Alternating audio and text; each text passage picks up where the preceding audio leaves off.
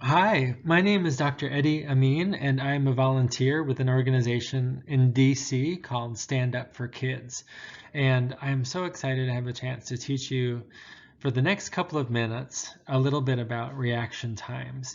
Reaction times comes from the field of psychology, and I am a psychologist, so I'm really glad that we have a chance to talk about this today. I hope you enjoy it.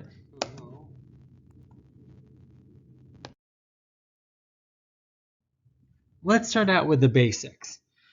Reaction times want to know how fast you can react. The reaction time specifically is the amount of time it takes to react to a stimulus. What is a stimulus? Well, it's a fancy word that means anything that you can perceive with one of your five senses. Can you name your five senses? You've got the ability to touch, to see, to hear, to taste, and to smell. If something comes into one of your five senses and it takes you 5 seconds to react to that stimulus, well, then it's your reaction time. And why is reaction time important? Well, think about this. When you're playing sports, if a ball is coming at you, you have to be able to perceive where that ball is in the air. And then if it's basketball, you might want to catch that ball. If it's tennis, you might want to hit that ball back. And so reaction times are really important in sports. And I would bet that faster and more competitive players have faster and quicker reaction times. It helps when you respond to emergencies, when you are driving a car or bike, and in many other day-to-day activities, as we're going to talk about.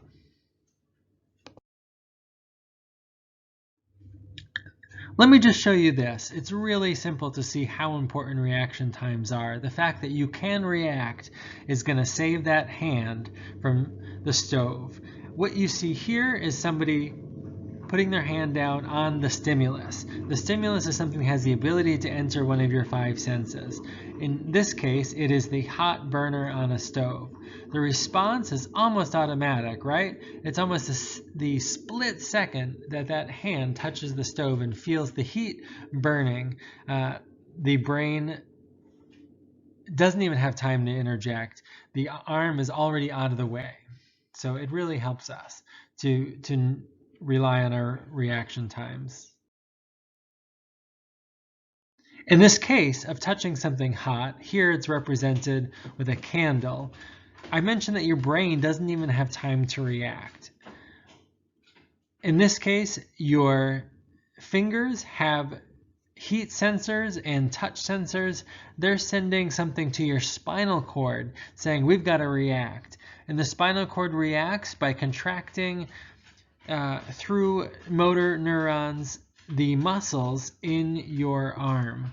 So what ends up happening is touch, retract arm, touch, retract arm. Your brain doesn't even have to be involved because that would just slow the process down. I want to introduce you to another kind of reaction time. So we just looked at touch, and auditory reaction time has to do with auditory or noises or verbal cues. Let's suppose this example. A teacher says, on the count of 3, the first person to raise their hand gets no homework for the week. Ready?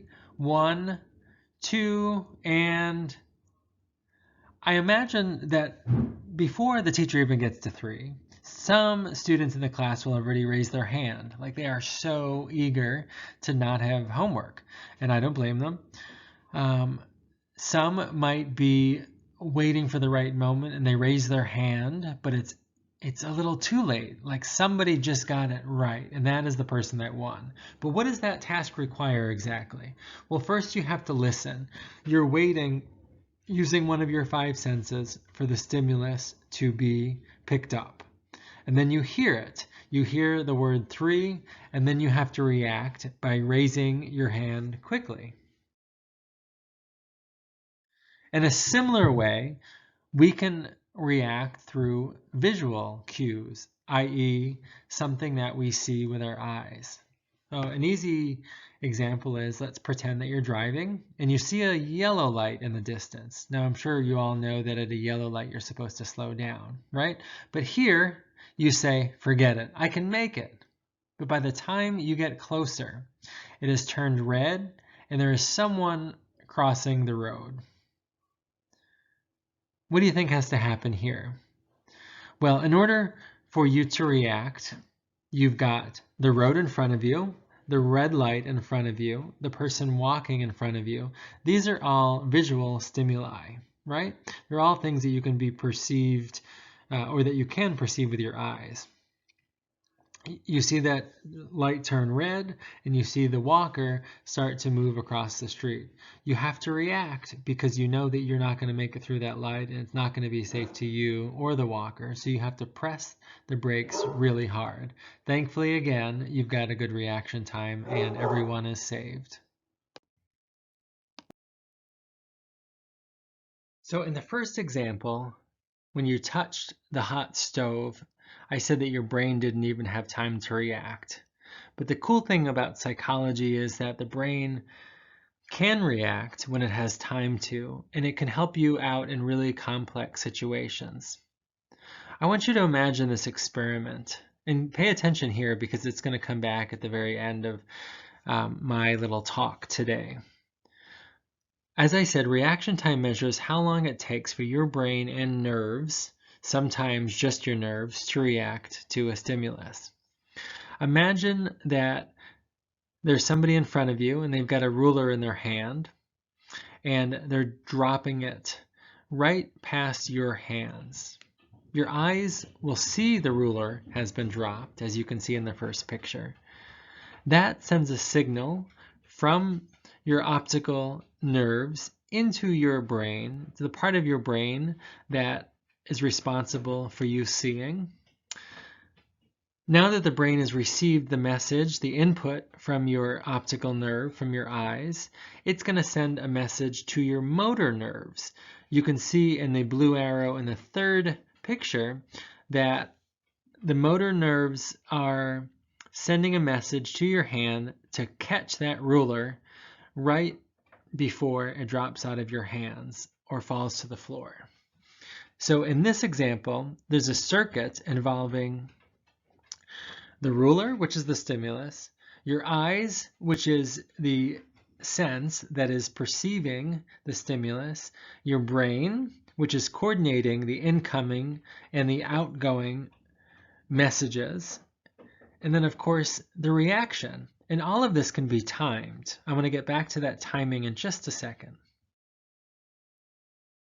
All right, so I think we're ready to experiment.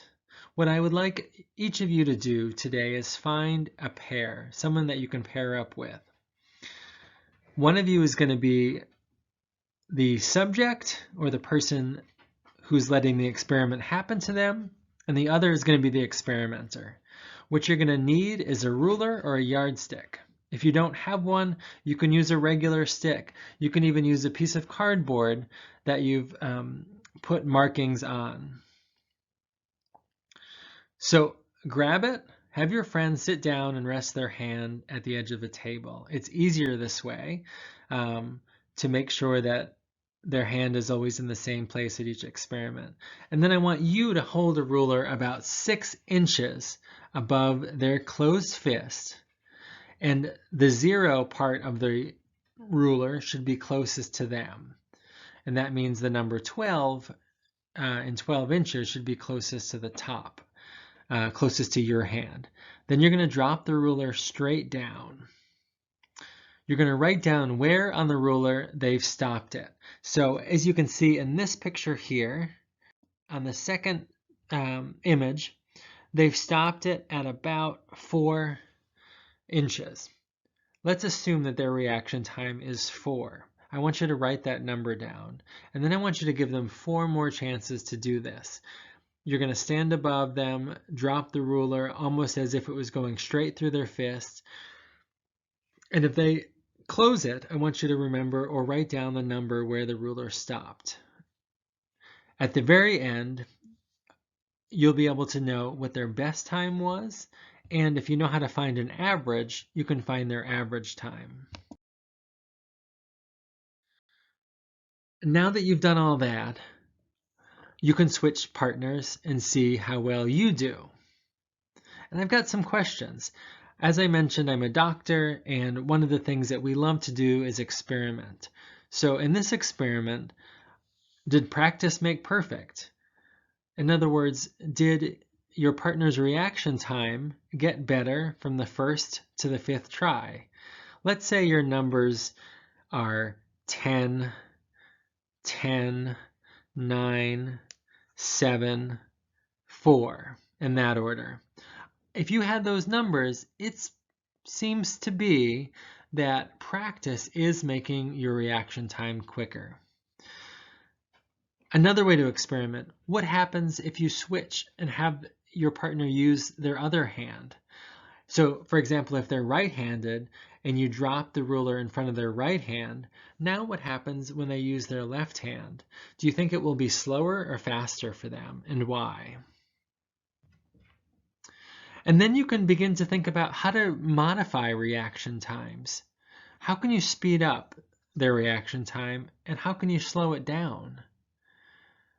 When you think about slowing something down, that might mean that you've got to flood them with a lot of other stimuli, right? Make their senses work in overdrive to filter everything out so they can concentrate only on the thing in front of them. But if you're playing loud music and you've got a fan in front of their face, you can imagine that their reaction time might slow because they'll be distracted. There might also be ways that you can get them to speed up. Maybe if they do jumping jacks and get their blood flowing, they might have better luck. So I wish. And I want to give you links to a few other ways that you can test and experiment with your own reaction times. I'll leave this up for a second, and then you can go to each of these websites to test out your reaction times to sounds and to visual cues. That's bit.ly/reaction. And there's reaction 01 and 03 for sound, and reaction 02 and 04 for visuals. Some of these will open in YouTube and others will open in another website. Make sure that your sound is on, and I bet you'll do better when you just use a computer as opposed to your phone. That way you don't have to keep pressing the pause button first. So good luck to you. Again, I am Eddie Amin. I wish you a great summer. I'm sorry I can't give you this lesson in person, but I hope that you enjoy your experiment and have fun practicing reaction times. Take care.